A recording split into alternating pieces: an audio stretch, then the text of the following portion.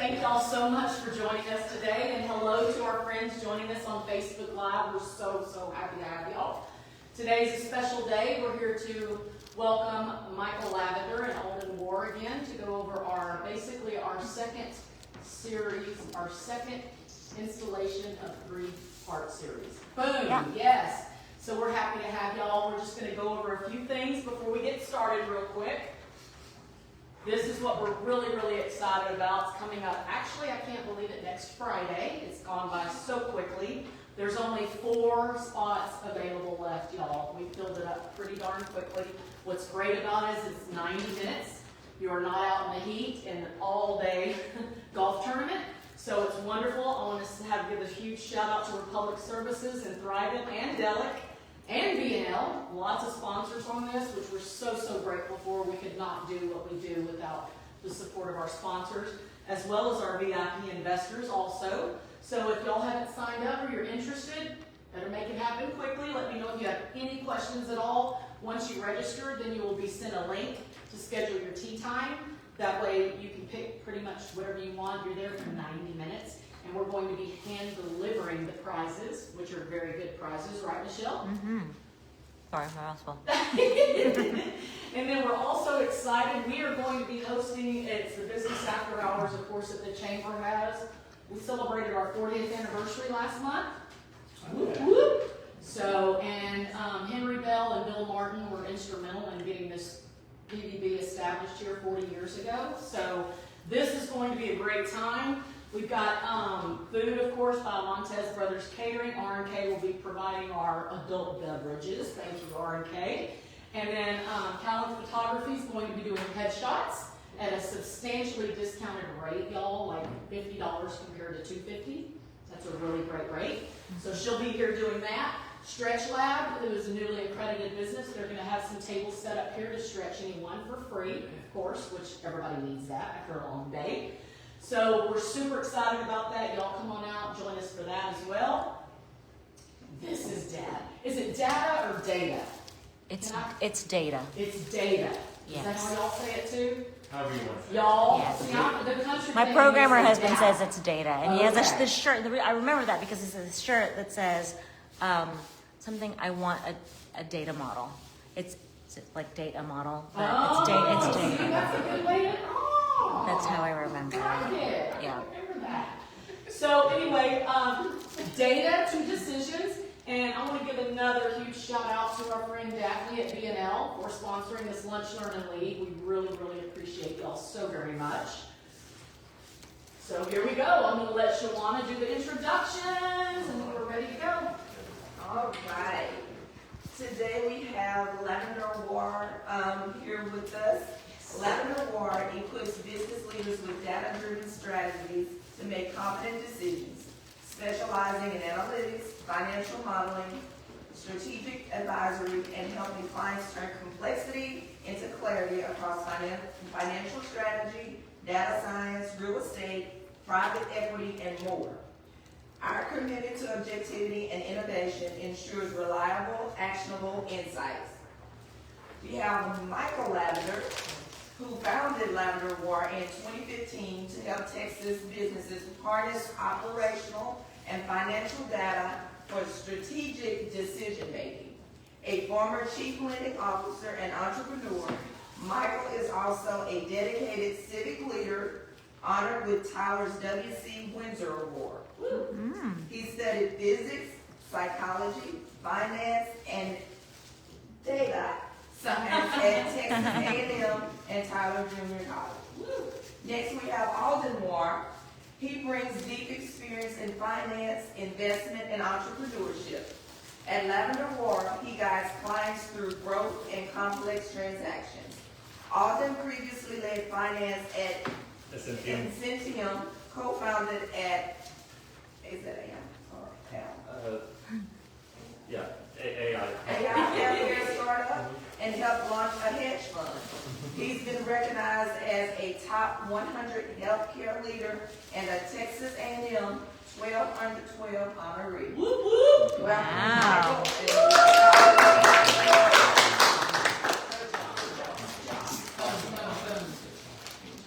Thank you all. Thank you for the intro, and thank you all for joining. A lot of familiar faces in the room. I think almost everyone was here last time, which is awesome.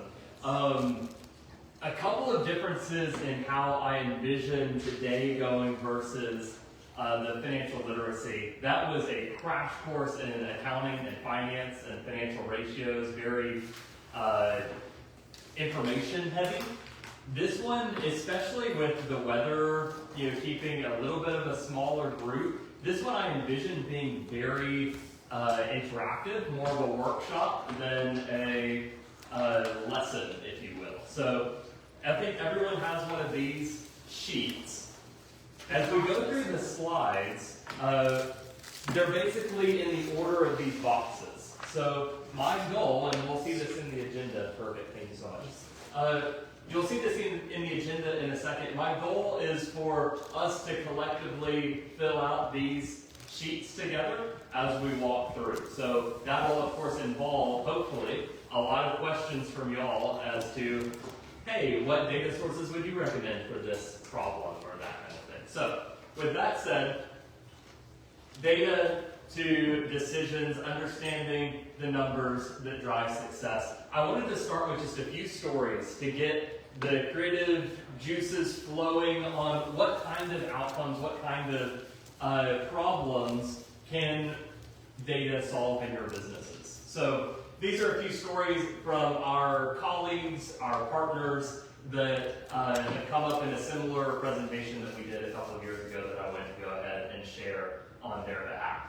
The first one, nonprofit donor phone call insight. So that one was a phenomenal nonprofit that we work with, great at collecting data, but they saw their revenues, their donations kind of flatline. And so they're like, okay, well, we were seeing all this growth, now it seems to have stalled. What's going on? What can we do to kickstart this growth again? They were doing galas, they were doing fundraisers, they were doing all kinds of things, and they were collecting a lot of good data on that, so they threw it all into a big model. And of course, the number one indicator of donations is that you donated before. That was pretty obvious, and they expected that. But the second one was the executive director personally picked up the phone and gave that donor a phone call. Not attending a gala, not attending an event, not any of the others. This is just for them. It's not necessarily for all nonprofits. But that was totally revolutionary for them because that was just kind of one of those things that the executive director was doing when they had time, but not a structured part of their day. After that, executive director made 5 phone calls first thing in the morning before they continued with the rest of their day. And revenue started going up immediately. The milk producer, this is a milk distributor, regional milk distributor, who just could not get their forecast correct. And milk, of course, your inventory turn on that, if you remember from our last discussion, how quickly your inventory is moving out to your customers is extremely important, because not only is it just costing money for it to sit there, it's actually spoiling. So they couldn't get their forecast right. They were losing a lot of milk, and they ultimately realized through looking at their revenue data that every product that they sold, all 40 or 50, functionally fit into one of 4 categories when they looked at the sales data. It was either high volume and consistent, high volume and variable, or low volume, inconsistent, etc. So it's kind of in this 4 quadrant, volume and consistency. When they split it into that, 2% milk, high volume, extremely consistent, peppermint mocha creamer, high volume, very variable, very seasonal. Suddenly, it started clicking and their spoilage went way down, their forecast became much more accurate. The Walmart, so we have revenue, we have forecasting. Walmart, this was a good friend of mine who at this point was consulting with Walmart. They were brought in, obviously a huge organization with an enormous amount of data, to reduce their SG&A expenses, their overhead expenses. We pressured the suppliers, our cost of goods sold, as much as we can, we're still spending too much money. So they spent a ton of time looking at headcount, looking at rent, looking at facilities. But quickly they're like, oh, gosh, they're already pretty lean here. There's not a lot that we can do. And then they started looking at, man, we're spending a lot on paper. What is that? It's not paper that we're selling, it's paper. And so they look into it, and it's receipts. Every million transactions a day uses a receipt. So they pull out a receipt, and they're like, how is this designed? Well, I don't know, someone just kind of put it together. And so they realized that they could cut 1.5 inches off of that receipt, and no one would even notice. They didn't even have to change the receipt design. It was just make it 1.5 inches shorter. They need to talk to CVS. They right. At least those are coupons. But yeah, they save $70 million a year cutting 1.5 inches off those receipts. 70 million? 70 million a year. Million. Wow. Complete non-obvious. You immediately go to your expensive stuff.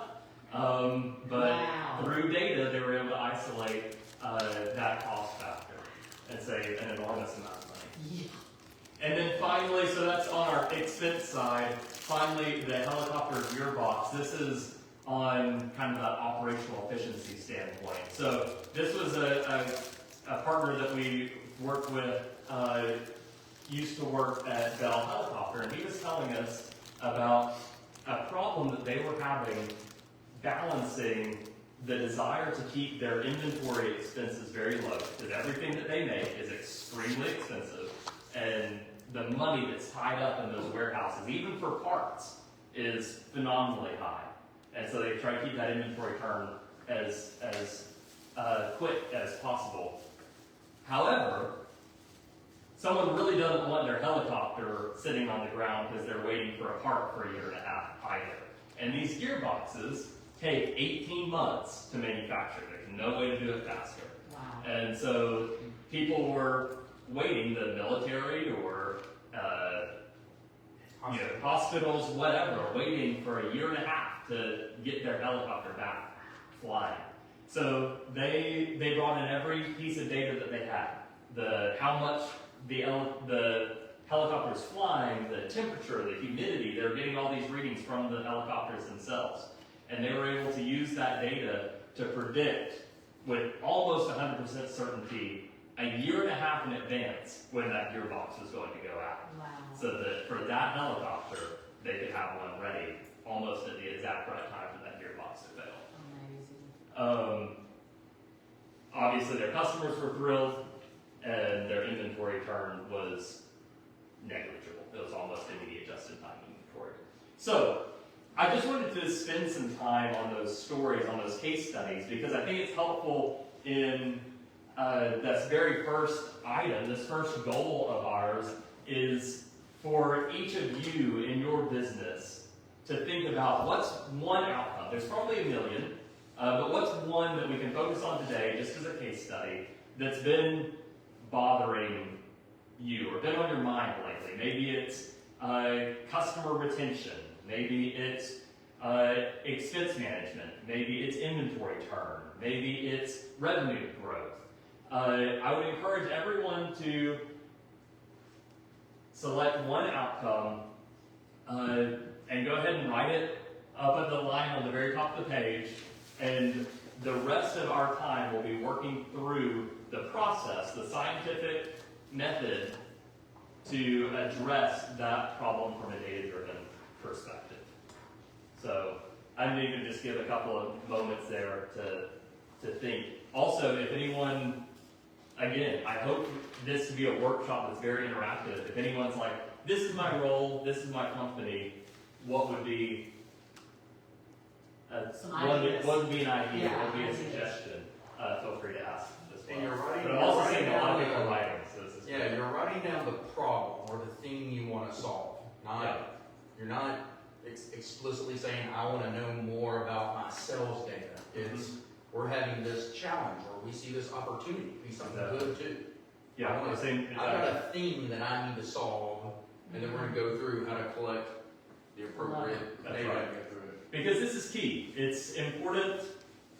It's overwhelming, especially the amount of data that we automatically collect. now. We're so online and everything's so digital. The great part of that is, unlike, I don't know, even 5 years ago, most businesses have an enormous amount of data. It's usually unhelpful to just look at the giant swaths of data and hope that wonderful insights arises from it. It's, again, I mentioned the scientific method earlier. It's pretty similar. We're going to find a problem. We're going to develop a hypothesis. We're going to develop experiments. We're going to test that hypothesis, find results, and document it. And you do it over and over and over. And that's our main data person on the team. We started calling him like, oh, well, he's our head data analyst, and immediately he corrected us. He was like, no, I'm a data scientist. I'm not some little analyst. I'm a data scientist. Because it is. It's very much a science, and we approach it that way. And he was actually a senior data scientist at Amazon. That's amazing. Wow. So everyone have their outcome. Everybody good? Hang on, I'm working on a factoid.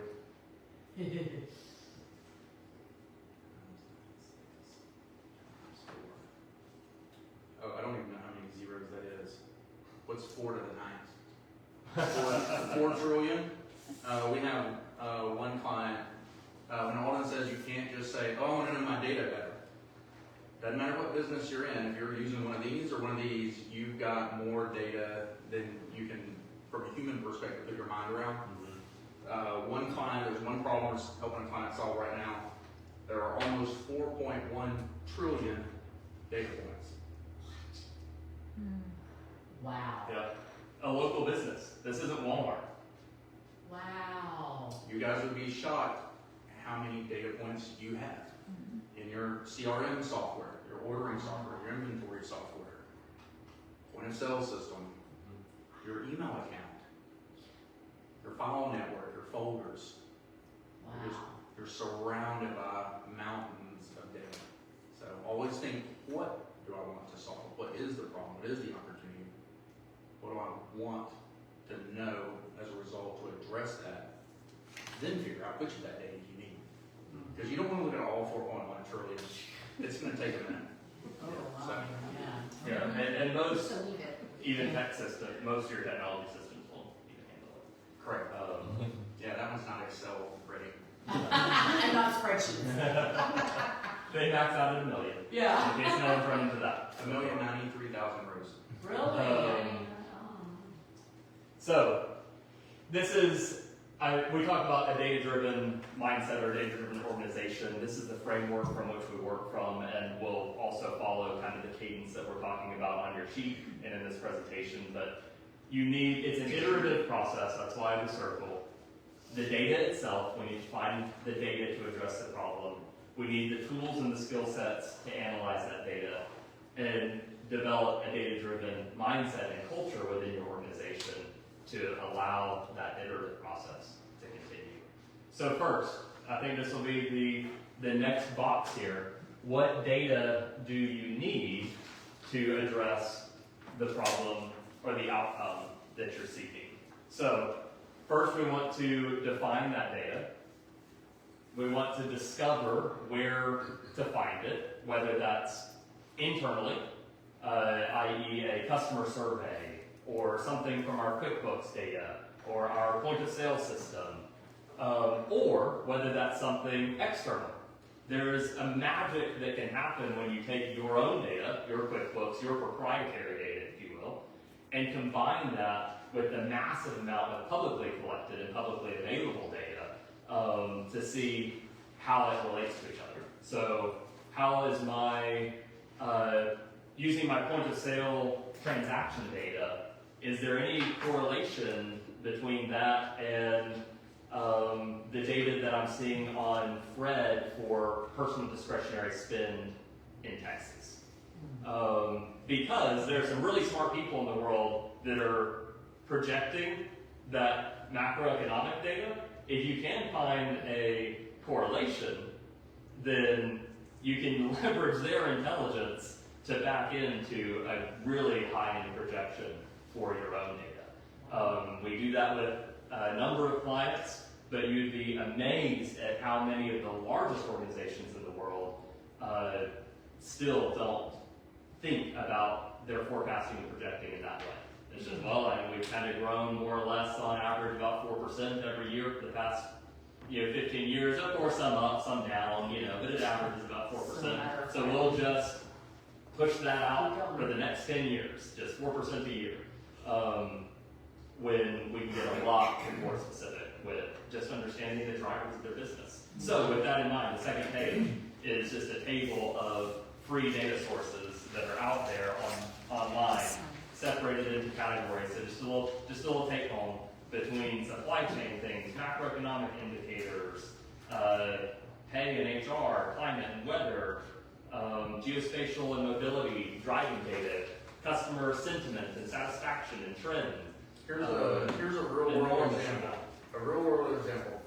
Client notices variability in their sales. All of a sudden it's going up, all of a sudden it drops. Then it'll go up, and all of a sudden it'll drop. What's that tied to? What's going on? There's all the theories. Oh, it's something about the economy. Oh, it must be unemployment. Oh, it must be the price of fuel. Oh, it's how many oil rigs there are in the Permian Basin. All these guesses take just our sales data and take our models that can pull from these data sets, and all of a sudden we come across something called the quit rate. We're like, what's the quit rate? Never heard of that. That's not one they talk about on the news at night. Like, oh, the quit rate's up or down. The quit rate is a very unique measure of unemployment, and it's when people don't get fired, they don't get laid off, they don't lose their job, they don't even take another job. These are people that just go, meh, I don't want to work for a while. Well, what would you tie that to? When the economy is so good and people have saved up long enough, they just don't feel like working. Laid that over the top of the sales data, and we're like, well, there's your sales forecast. As long as that, we need to still keep testing it, but as long as that remains true, if we can now get other brilliant people on the planet to forecast, because they do, what the quit rate's going to be and what it's going to do, here's your sales orders. We can now tell you down to a pretty narrow band what you're going to be selling 3 months from now, 6 months from now, 9 months from now, because there was also a lag. There was a lag from when people actually did that quit and were spending out their money. Then, oh gosh, I gotta go back to work. Sales drop off. So it was following the economy, but in a way that no one had ever tied those threads together. Wow. Yeah. So there's real, very practical ways to use the stuff that's out there available to you. It's there. Similarly, when COVID was going on, we had a retail client who obviously shutdown happened and it impacted their sales tremendously. And there was a lot of chatter of what happens if we shut down again, because there was however long it was, a month and a half, something like that, where everything was closed and cases were still going up after it opened back up. There's a lot of conversation around, do we need to shut the world down again? And we were able to use correlated data to tell them, if that happens, this is the exact amount of revenue loss that you'll expect based on how long that shutdown occurs, which they were able to make inventory decisions around. And then finally, it's worth noting that, of course, the data has to be clean, and that's something that we get into all the time. So what does clean mean? It means that a system like a computer can read it and understand it. We'll look at some tools later that help the process of cleaning data, but big examples of unclean data would be someone types in their address on a form that is a customer intake form or something, and whether they put road R-O-A-D or road R-D or road R-D period all show up as different addresses when they're all the same. There's the worst are hanging spaces at the end of the data. So someone hit the space bar at the end of typing in their name or whatever it might be, or it's first name, last name, and there's a space in between that's not taken out, so it's first name, space, invisible, last name. and that'll throw your data off. So there's all kinds of things like that to be aware of, and we'll talk again about tools that can help solve for that, and methods that can help solve for that. One, of course, is autofilling as much as you can on customer intake forms, letting people type as little as humanly possible on intake forms. So is that temperamental? I mean, it's that, Yeah, so we had one data that came across, very large data set from a large client. There was one variable that had first word, second word. But in at least a few instances of that, there were 48 spaces in between the first word and the second word.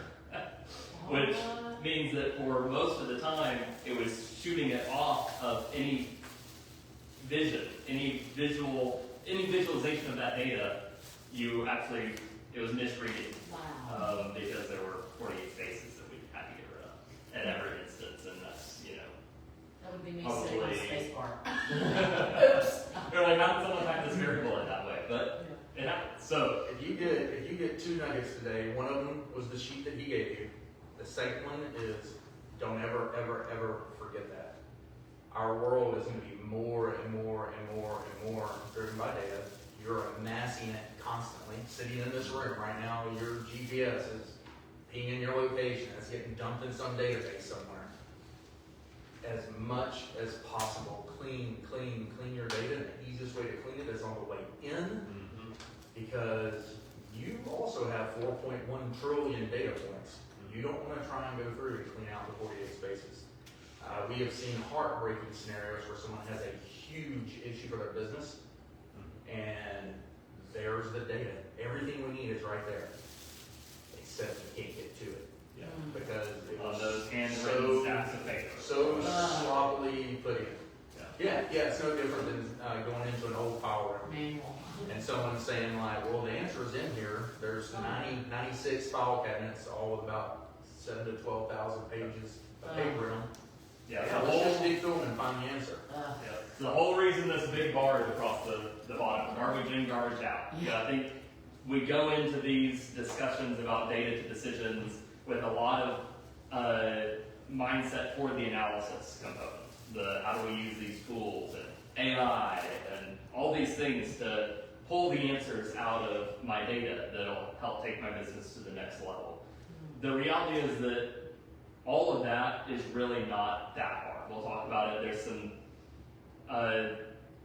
some skill set to it that may or may not be a part of your organization right now. There's some tools that you may or may not have.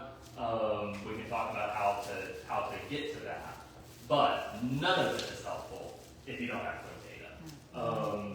So we can, again, if anyone has any thoughts on, well, hey, this is actually some of the data that I'm developing, how do I ensure that that comes across in a clean way? We can have that conversation. But at this point, I also want to take some time to think about that second box, if you haven't been writing in there, for the outcome that I'm thinking of. What kind of data sources might I have to pull to analyze that might clue me in to how to solve that problem? And I think it would be helpful if anyone's willing, even if you are like, no, I'm pretty sure I know, if anyone's willing to share the outcome that they're thinking about, it might be helpful for the group to walk through collectively, okay, these are some of the data sets that we might pull for that. So mine's pretty specific. Yeah. We're looking to add another truck to our fleet. Yeah. And it's the choice of, do you buy new, do you buy used, or do you lease? So then thinking through like the different costs of that, the monthly costs, what the difference in maintenance is, difference in fuel, if our customers will think, or really, frankly, willing to pay for a nice shiny new truck versus will they pay more versus an old beat up 2015, all that kind of stuff. Yeah. Tell me about your current fleet. So we've got 3 old, our newest vehicle's a 2015, and then 2005, and then 1995. We just bought the business last year, Right. and we're doing enough business to justify getting rid of the 2 old ones. Okay. But yeah, it's that question now. We've got all these people pitching us on, buy our old lease truck or buy this shiny new one for $125,000. or I can go on Facebook and get one for another 2015. So it's Yeah. daunting to do the math on that. Right? And so you're pulling a lot of data from your financial system. Financial system, we just got software that tracks truck movement this year. Mhm. Unfortunately, the previous owners, like you said, they were everything on paper. Right. So there's not a lot of It's, long there's no data. history. Yeah. And it's figuring out, okay, if I'm driving this thing 10,000 miles a year, how much is it gonna cost? Yeah.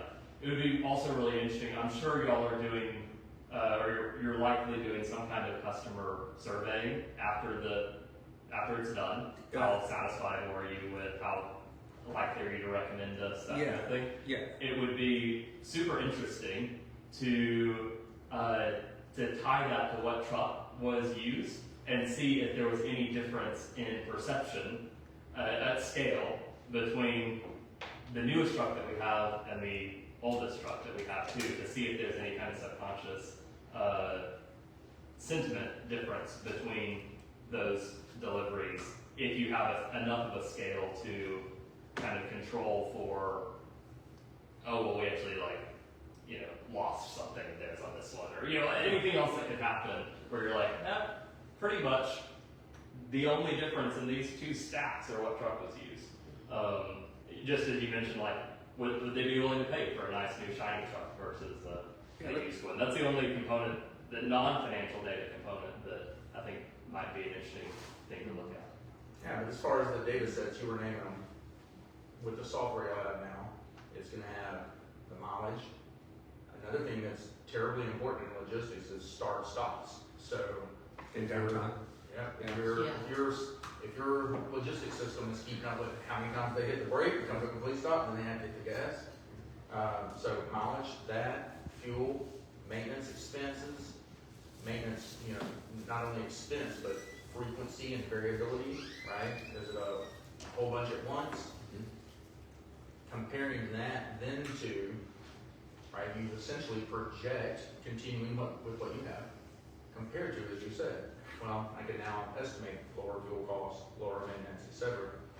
And comparing those two lines, it'll actually give you the delta. Because one thing that we tell people about data analysis is it won't pick for you, but it's going to make it more relevant. Do I do A or B? Why? Yeah, I don't know. They both have pros and cons. But if Something you else? can narrow it down to, if I do A, it's probably about 20% more expensive than B. There's still an unknown there, but now it's a relative of, for 20%, that's where we start using the word, that's a no-brainer, right? Just a headache of it is worth 20%. If you just do them close enough to make a decision. Yes, ma'am. Something else on your data points on that, kind of significant for our business is we install cabinetry. Obviously, new cabinetry in a new home for new construction makes up about 78 to 80% of our income versus remodels. Mm-hmm. Well, we're open Monday through Friday. We install Monday through Saturday. We don't really have time to wash our trucks and trailers, so we were going around looking like garbage vehicles. And somebody made a comment about it, and so now we have a guy that comes in, and he's willing to come in on Sunday if we need him to in the afternoon. If not, he'll come in on a Saturday when they get back, and we'll get our trucks and trailers cleaned. And when we did that, our signage was more visible, we looked better, Professional. and more people noticed. So cleaning your vehicle, no matter the age of it, matters. It's a data point. Yeah, certainly. It's weird, but it works. Well, and I'll tell you, Alden's going to talk about something called A/B testing. You don't always have to do some type of scientific test, right? Like if we said, well, the only way to really know is that you have to go buy the new truck and do this for a couple of years, and we'll come back and go, oh gosh, that was the wrong decision. There are so many things that already exist in data sets. This happens to us incessantly. We're talking about a scenario, somebody says, hey, we've got this thing, good or bad. We don't know what's going to happen. Has anything like that ever happened before? Well, in 2018 we had something real similar all along. Like, okay, tell us about that. Well, it was a little bit different here, a little bit, and they basically almost describe the same scenario, but to them it's different. We say, hey, let's go look at the data. We look at the data, here goes the line chart. here's the point in time where it happened last time. It goes like this, and we go, okay, that's about that far. So here's what's probably going to happen, right? Your data has all those historical things in there. A and B is before and after. Before you started washing the trucks regularly, looking at satisfaction scores, all of a sudden you just see this bump. Not crazy. It's not like all of a sudden 5 stars everywhere. But it's enough you're like, well, that's funny. That line was real straight, and then all of a sudden it was real straight again, but at a little bit higher level. That's what we can attribute that to. Same thing. Once you ultimately decide, that's now forever baked into the numbers as you go forward of what did it used to look like. And now it's, well, maybe we want to do the 2015 truck too to get rid of it. Well, here's our evidence. We actually just did our test. We can look back to that in our data. If it's clean. It's clean, yeah. Doesn't it take into consideration the depreciation of that vehicle for the years that he's gonna have it? Yeah, certainly that's a financial component. So you should take that into consideration also. And if you're gonna receive another, when you get another one, what are you gonna do with the other ones? You know what I mean? And Yes, you have to but take into this- consideration the depreciation on those, because you're not gonna get the full value. Yeah, and also pain in the butt factor of selling something at the end of a process versus that's an advantage for lease. Or, sure, you don't have an asset at the end, but it's also if your asset's only worth $5,000, it takes you through 6 months to sell it. Then maybe you don't want that. Right. There's so many scenarios. It's Mhm. like crazy. Yeah, but doable. I mean, it's Yeah. in that situation. There's really 3 or 4 scenarios.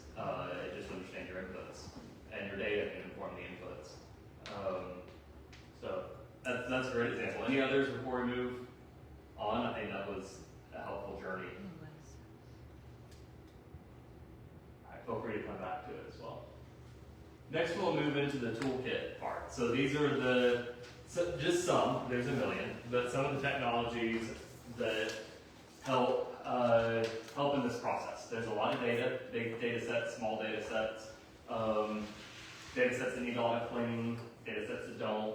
All of these have pros and cons, and there's some duplicity between them as well. So there's what I'm calling data processing, collecting, cleaning, getting it ready for analysis, the analysis itself, and then the storytelling, the visualization, putting that data into a format to where a human can make a decision from it.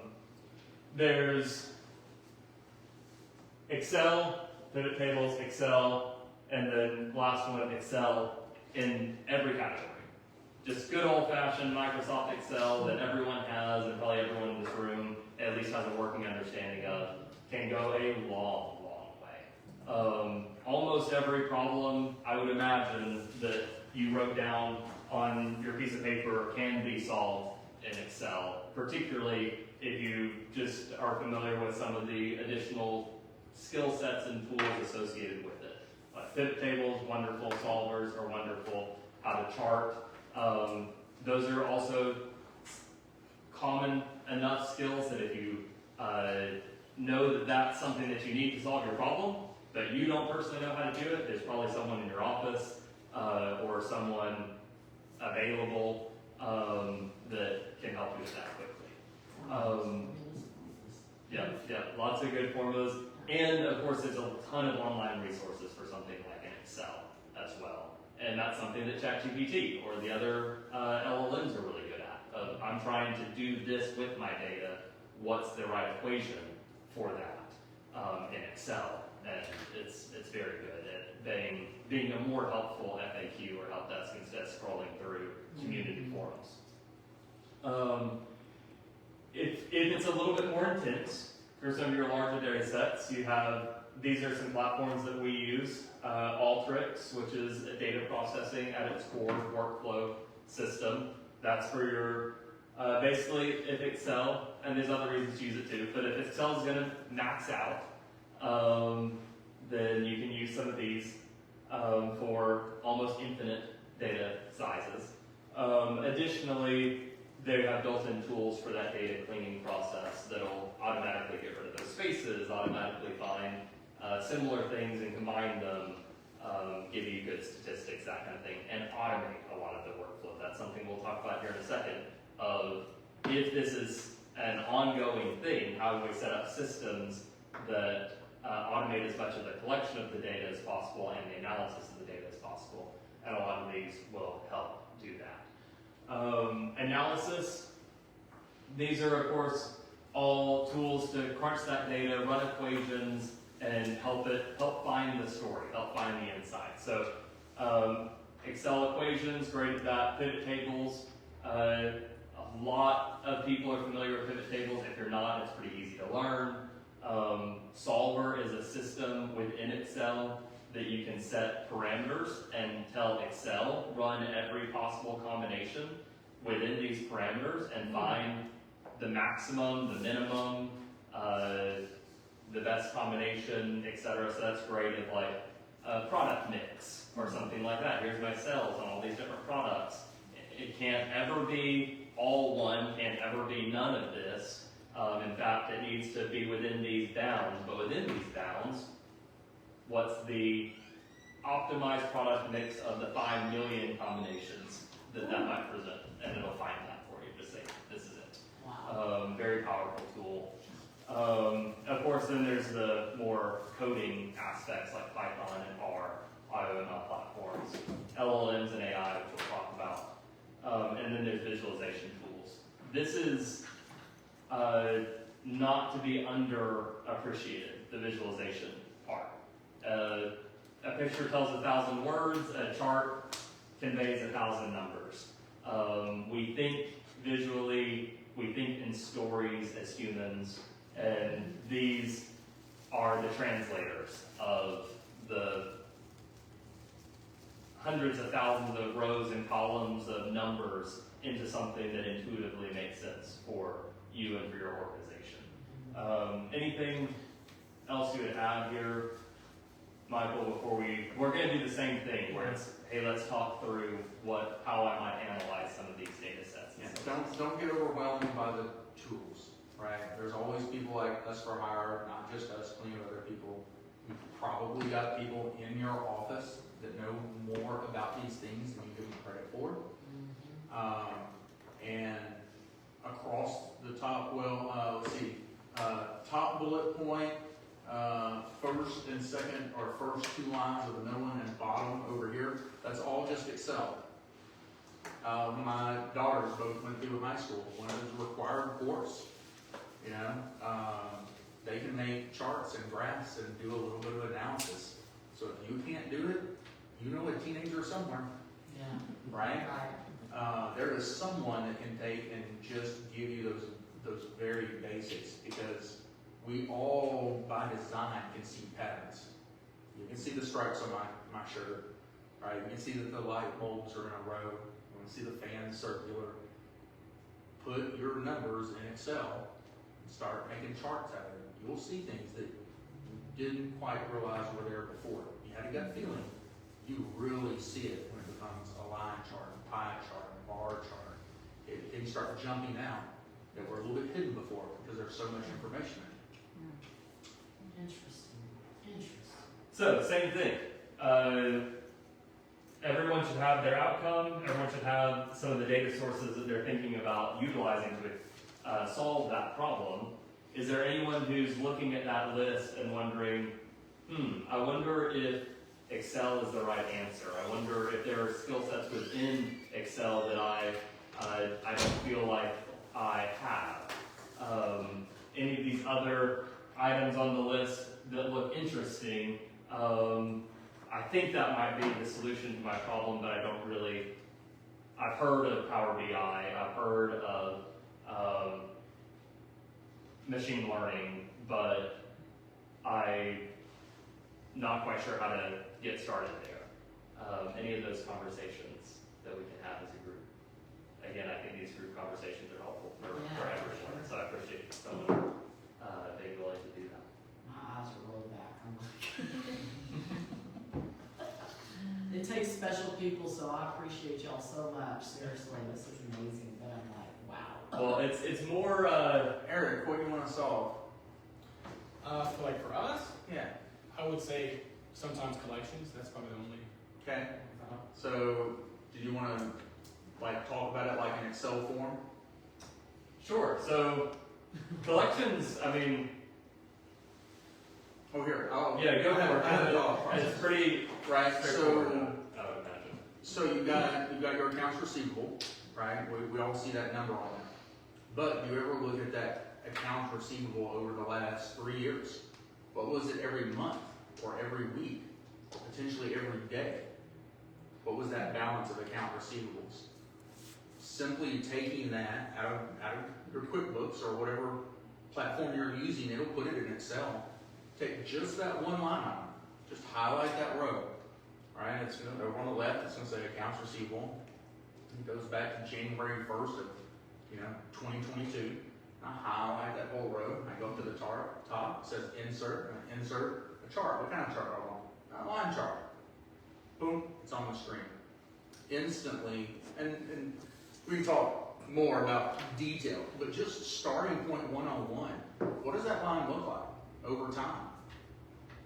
If it's going up, is there anything that your business story tells you that explains that in an acceptable way?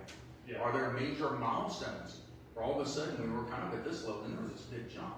Was that tied to a particular case that you were working on that really drug out and there were settlements involved? What would have been that? And then more importantly, as you and your team think about, well, let's change some of our practices. Now we can watch and see if those are effective by how the chart changes. Or is there something I see in the monthly cycle itself? Maybe if I look at just monthly data, it looks like it's not changing at all. But if I look from first of the month to end of the month, it is all over the place. What can I tell about that? There's all different kinds of insights just from that simple visualization of taking that one row and putting it in a chart. And similarly on the kind of that middle area of analysis, anyone who's looking at collections, I would recommend looking at it relative to revenue. Yeah. Seems simple, but we see it all the time. AR days. My AR is really going through the roof. I'm really concerned about collections, but it's just because their business is growing. Relative to revenue, their collections are actually getting better. And our answer to them is, no, this is just the way it's going to be. In fact, you're actually improving your collections. Your revenue is doubled and your AR has only gone up by 150%. That's better. So, however, sometimes they think, oh, well, revenue's pretty consistent, or AR's going up, revenue's also going up. So, that makes sense. We get it. Yeah, that makes, they're both going up. But of course, put in a ratio and chart it over time, you realize that yes, but your AR is actually increasing more rapidly than your revenue, and you do have a collections issue. And think about it, when I was a small business, I used to collect about every 30 days. That's about 30 days on average for me to get paid. Well, now I'm 10 times that size, and now it's 33 days. Damn, what's 3 days? Depends on how big you are. It's kind of the Walmart thing. One of the reasons people still, this has been years ago, people still come up to us, some of them we don't even recognize, they're like, man, I still can't stop thinking about that Walmart receipt. And I'm like, I think I know what you're talking about, but and you can do a little small thing a whole bunch of times and make a huge difference. That 3 days could be tens or hundreds of thousands of dollars different to a business of money they've got tied up waiting on getting paid. When on the surface it's like, that's not a lot worse. Well, it's 10%. Yeah. It'd also be super interesting too, because you obviously do AR detail out of your QuickBooks. It'd be super interesting to categorize your customers or categorize your revenue types and see if there's any predictive correlation there on these type of cases or these type of clients are always the offenders on collections. Lavender Warr never pays on time. Man, Lavender Warr has a lot of employee issues now. We're on the corporate side. That's good. Any others before? This might actually spark some more conversation too. I would spend just a minute talking about, when it comes to analysis, probably the most talked about topic in our world that exist right now. AI, large language models, of course, that's the specific type of AI that most people are talking about colloquially right now when they talk about AI. That's Gemini, that's ChatGPT, that's Anthropic's Claude, that's Llama, that's all the major models. Copilot are large language models, just meaning that it's been trained on language. And a lot of it. At this point, anything that's ever been created by humans in history, it's read from the beginning of time. So it's a lot. I have AI and large language models beyond the hype. We've been tracking this really closely because we're squarely in the middle of the type of thing that it can do well, with data analysis. And that's why it's in this presentation. For a long time, I would say, wow, this is a really hyped technology. And you look at the hype cycle. I think Michael and I would both agree now that AI, the true capabilities of AI are actually exceeding the already enormous hype around it. The power of it is unbelievably phenomenal when it's used well. It's basically like having an unlimited staff because it works a lot like a human. So you have this labor cost, which used to be one of the biggest constraints in a business, becomes virtually unlimited. Every one of those employees has a PhD level knowledge and understanding in every field of human understanding, and they're willing to do the most routine tasks imaginable and work 24 hours a day. It's mind-blowing what this will do. That said, if you have just some data and you kind of like, oh, I kind of know how to use Excel, and I'm just going to use AI and it's going to tell me the answer, you will have disappointing results every time. It's almost impossible to use AI in a field that you're not already an expert in.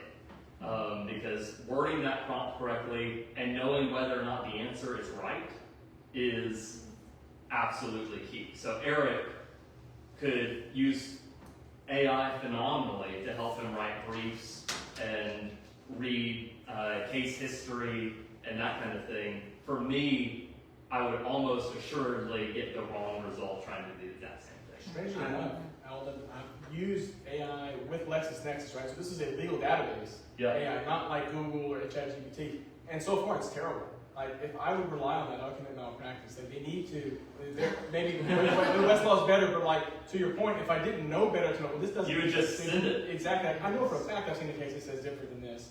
And I looked and I was like, I don't have to rely on that yet. So to your point, it's not right there in my field, but yeah, I think you got to have some kind of expertise to use it, because if I use it in your field, I'm not going to know. And given my confidence in my field, in the AI that I've exposed to, is like, I'm not. And you've seen, I'm sure, there's been some pretty public cases within law of people submitting briefs referencing cases that never happened.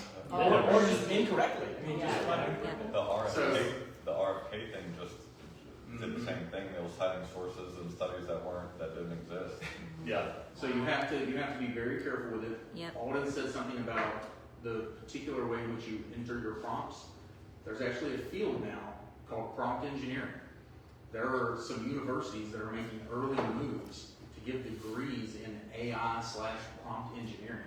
It's the idea that being able to harness its power is the ultimate skill set. Mm-hmm. Okay? So, for example, and Eric doesn't know this, and it didn't hit me until you went to this slide. I've been using a scenario to describe what AI can do that you're intimately familiar with. We had a shared client that had one company, legal entity. They split into 6 legal entities, wasn't it? 6. Okay. So if you're familiar with your legal entity, you've got members or partners, depending on your type of organization. You've got officers, you've got all these things. So collectively, those documents, because you've got the articles, you've got all the stuff that a savvy attorney like Eric does when we say, hey, our client needs to do this, they're going to go from one company to 6. you've ever seen your legal docs that are just your formation docs, 20-ish pages? Let's say 20. So we go from 20 to times 6, 120. Can take all 120 pages, drop it in, and the question that I needed to really ask it for a business scenario was, give me all of the entities, the officers, the members, who has what decision rights, are there any conflicts between the decision rights? And for this scenario, can this be done, and what approvals are necessary now that we've got all these intermingled companies? It can read instantaneously all 120 pages, compare that to its PhD level knowledge of how, in the state of Texas specifically, all these type entities are set up, read how Eric put the documents together with his expertise, and say, oh, based on the way that Eric created these documents for these 6 companies with these individuals, here's your scenario. And probably takes me 5 to 7 minutes to put the prompt in, because I'm very careful about my wording, and takes it 17 seconds to give me the answer. Versus pulling all those up in PDF, trying to find it. Yeah. Oh, there it is. Make a note, because now I gotta go to the next one. Make a note. Sit back, analyze it, think about it. Our data scientist on our team, the guy that Owen mentioned, used to do the same thing for Amazon. He just went to a conference a few weeks ago, and I get these frantic text messages of like, I've got to brain dump on you. I'm like, okay, good. It's text message, that's anything. You just do it whether I answer you or not.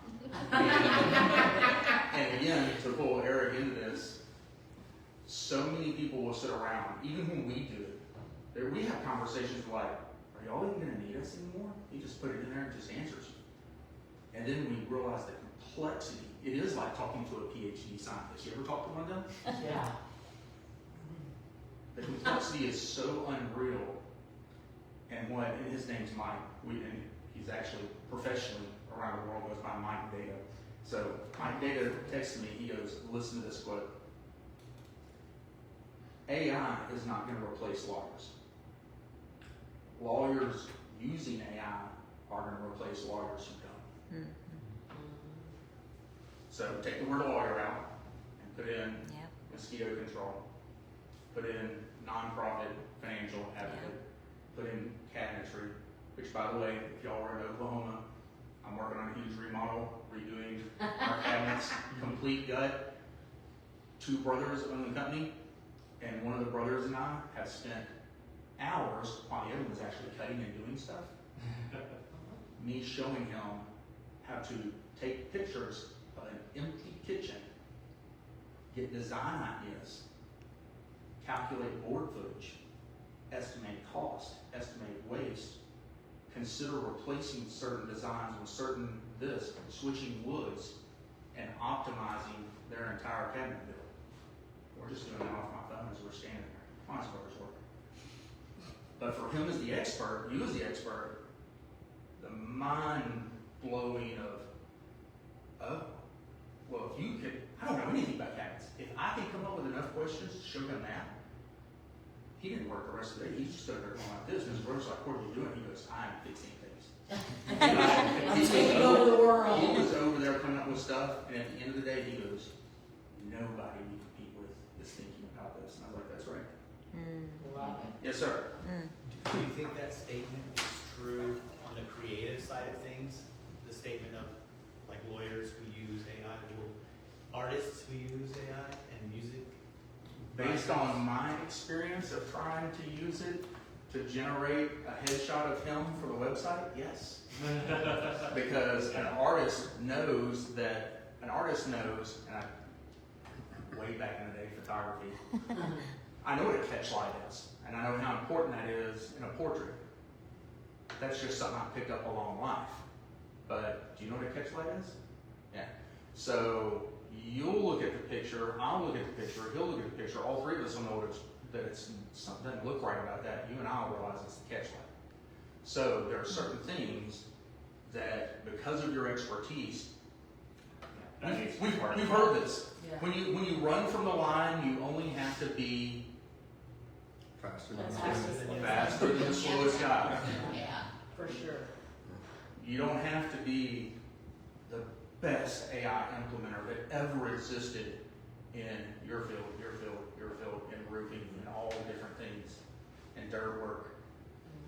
There's all the things that allow you to be materially better than the last 10 people. They're the ones that are going to drop off, because people are going to still need photos, they're still going to need their hardscaping done, still going to need to get the mosquitoes out of here. How can you use it to just be better than them? And I was You were encouraged, I was actually, quick way. maybe yesterday? Yeah, just yesterday. Was on the phone with a buddy of mine from college who's head of partnerships for one of the major AI companies. And just talking about how to stay front edge of this. And his recommendation, which is the exact same thing that we would tell people, is force yourself to go through, you know what, this plays right into this. Force yourself to create space to discover with it. You know, force yourself to use these tools where even when it would have been faster to just do it. Because that's how you're ultimately going to learn, and at some point that line's going to cross for you, and you're going to realize that all that time I really invested in learning, that I could have done it more efficiently if I just done it, that it gave me the wrong answer, and it was frustrating, and I wanted to throw my computer out the window, and I was yelling at it in all caps, was actually what allowed me to be, 6 months down the road, 10 times more efficient as in my quoting, in my logistics planning, in my whatever it might be, in my processing of the amount of data that I want to process. So I know it jumps all the way to the last category there, but it really ties in well to developing a culture of data analysis that requires an investment in infrastructure, an investment in time, and creating space and rewarding discovery and rewarding that exploration on your team. For instance, my mother-in-law works for Thomson Reuters and is a writer for their Westlaw product. They are telling their writers right now, deprioritize everything other than just playing with AI. It doesn't matter if you publish, it doesn't matter how many articles you get out. You need to be just playing with AI. Because they're at the crosshairs of, if this gets really good, that it's going to be really powerful, and we need to be at the front edge of it. And we can all find ways within our organization to create those kind of incentives and explicitly give permission to be in discover mode, in exploration mode. The world is changing, and we can be on the front edge of that. I'm going to say something, 2 bold things. 1, if you don't create this space and spend time playing with it, come up with something, ask it anything, get mad at it, just like you said. If you don't do that, you'll be out of business in 5 years. Because the people that are using it are going to use it so fast and so efficiently, you're going to look up and you're going to have no idea how to catch it. Yeah. And you're not going to be able to catch up with the tools. We're deeply engaged with this, and our biggest frustration right now is the minute we figure out how to get it all under our belt, okay, the next rollout comes, and we're like, oh my gosh, now all those things I spent time learning, that just doesn't for me. But I went through that, so now I actually know what it's doing. It's not just a black box. The biggest strategic discussion he and I are having is if we're actually going to be out of this business, not because it's not still what we're experts at, but because we are experts in this, figuring out how to help all the people who can now have PhD level analytics experts in their pocket of how to ask it the things, and how to use the tool, and how to do stuff, how to get those agents, those chat agents to work together and do things that even if you hired our whole firm, we couldn't do for you right now. I want to teach you all to be brilliant at it. It's a better end game for us. Sorry. I told him that this time, for those of you that were here last time, I was like, I'm not going to So basically, get on board or get left behind. We really, according to the whole beyond the hype thing, I think it's actually underhyped at this point. I think that it really is as transformational as the amount of chatter around it, and you gotta explore it. My schedule is very hard to get onto, but I like to eat. You take me to lunch, and I will spend the entire lunch telling you how you can use it in your business. We can role play through the whole lunch. There you Do go. you have plans tomorrow?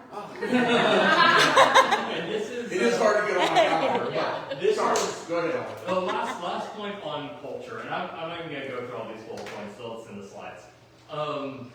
I think a lot of people have, or some people, especially business owners, have some hesitation around concepts like a data-driven culture, because they've seen instances where it's gone poorly, where the data points toward doing something that's against their nature, that against their customer experience that they want to have. Like, well, I know that we could save money if we didn't do this thing, but our customers love that we do that thing.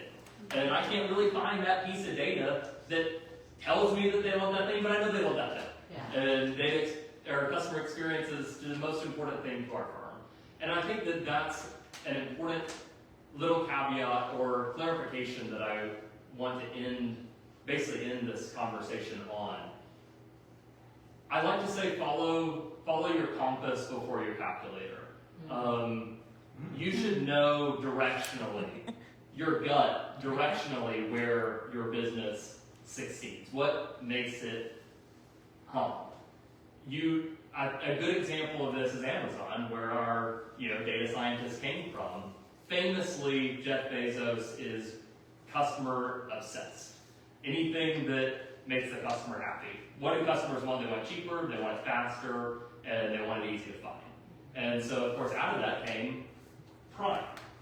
Prime on paper would have looked probably pretty bad. They're going to pay basically the cost of shipping one item each month, and for that, get unlimited free shipping and discounts on our products. But he knew that he was customer obsessed, and he knew that customers would like that. And so then you use data to figure out how to make that possible. You use average amounts of orders and average cost of shipping and average whatever to back into what the price should be for Prime, or what kind of services could be offered through Prime. So I just wanted to mention that as a data-driven culture doesn't mean developing a culture that's defined by your data.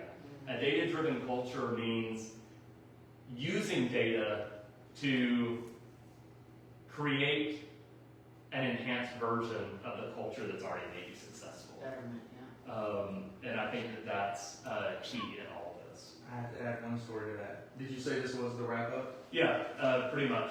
So on the culture part, don't underestimate your people. For a decade, until we helped them sell their business, we worked with one of the largest waste hauling companies in East Texas. I'm talking about the guys that come by, pick up the can, throw it in the truck. Now they sit in the truck, they don't even get out. That's true. That's true. When you go out in the country, you're still getting out. I know, and I'm throwing it. messing. But they had, at the peak, when we sold just under 70,000 stops. 70,000 stops. That's at least once a week, if not twice a week. 70,000 people were interacting with this company's service. We don't think about our trash guys much unless they make a mess, or break the can, or don't show up. But they're out there, and they're trying to figure out how to do things smart. The business owner, his mindset was, this isn't my sandbox, but I know that knowing things can help me make better decisions. There's two parts of the story. One, he will, and his grandchildren, his great-grandchildren, probably not going to have to work yet, but he's making them, that's good. He tells me now, I took about half of your recommendations. I believed all of the data, but as a business owner, I only took half the recommendations, because the data for him was just the bellwether of what he was going to do the right thing for his culture. The second story is also within his company. Never, ever underestimate your team and the people working around you. Amen. He was data curious, but he had a data fanatic in the company that no one knew. It was his fleet operations manager. We're talking about the guy that when he comes into the meeting, he's like, hang on a minute, I gotta go wash up. Because from here to here, it's just grease. Like he can't touch anything. You don't touch my computer, right? Like he can't point at the screen like you will never get that off there. You go scrub up. And no formal training in data. It's not like this guy, secretly, oh yeah, I got a degree in data science. That's just like He's been a mechanic his whole life and worked his way up. He gets all his personal cell phone number. At some point, I was like, hey, do you know anything about this guy, Will? And I'm like, yeah, he's a cool guy. He runs all the fleet operations, all that. He's like, he calls me every day. Because I'm like, every day. The owner had started sharing condensed versions of his dashboards with all of his different managers. Just took the stuff off that they didn't need to see or whatever, but gave them deeper insights than even he was getting in their area. So he was looking at, how many tires they were buying over time and things like that. He was wearing me out. I asked him one time after they sold, I was like, why are you still into that? He goes, oh man, it's like playing a game. He's like, I look at that chart and go, no, next week it's going to look better. He said, and I was just going to do it. I was going to do it. I was going to be the best department manager. I'm like, well, you were. I mean, I love it. So great. Data-driven culture, bottom up. Your people know the things that matter. They're touching the customers. They're interacting. They're doing the things. They're going to look at that data. They're going to look at data that you look at a chart and go, okay, I can see there's, oh man, that could be a lot of things. They walk by in the hall and they're like, oh, that's because we stopped doing the such and such. Like what? We don't give away free ice anymore. What are you talking about? Look at the chart. Remember what day we stopped giving away free ice? Yeah? Look at the chart. Just draw a line on it. Oh my God, it's when we stopped giving away free ice. I could have told you that when we did it. They know. Let them see the data. Yeah. All right, well, we're pretty well. I hate that we ran out of time. Here, I'm no, so intrigued right now. I'm like, I think Michael and I will be around for a while, so as questions develop, if you're looking at empty boxes or you're trying to fill it out, just swing by on your way out. We'll kind of make space here, and I'd love to sit with you and walk through your exact scenario.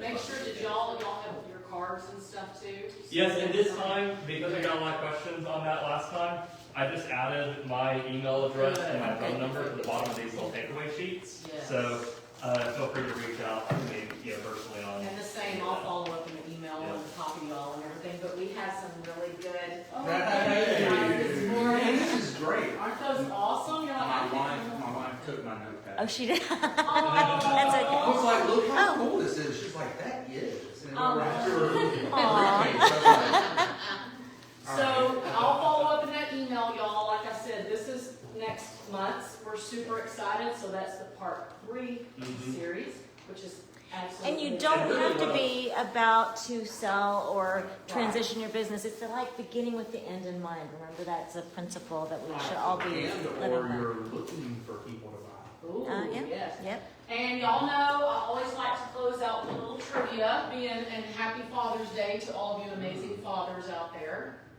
It's on Sunday, right? It is, yeah. So I got a couple little questions for you, little trivia. According to the U.S. Census Bureau, what is the most common Father's Day gift? Hands first, please.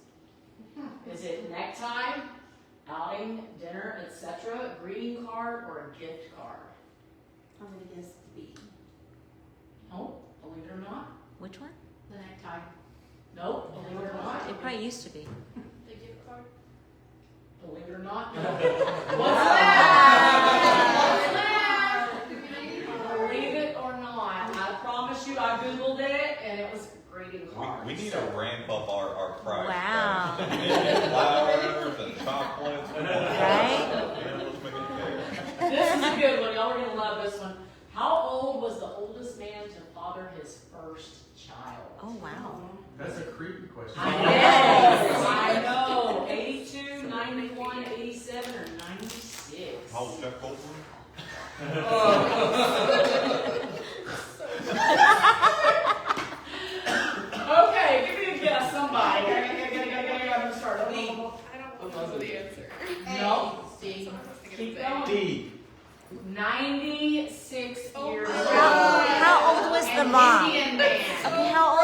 wife or the mother of the I baby. have- 82. I have Oh. one How more. can you have What? a baby at 82? That's exactly. Well, Wow. I'm gonna send it to y'all. I'm gonna be like, Google said it, so it's true. Be Okay. careful how you Google that question. Oh my That's God. you're gonna And get then I all have a kinds of much stuff. more burning question. Come on.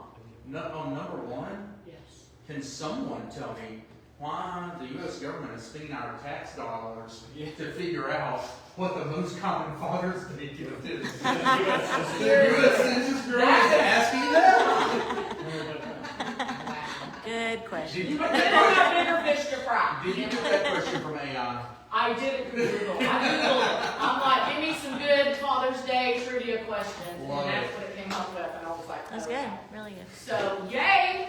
If y'all want to stay around the network a little bit, the guys here. Thank you all.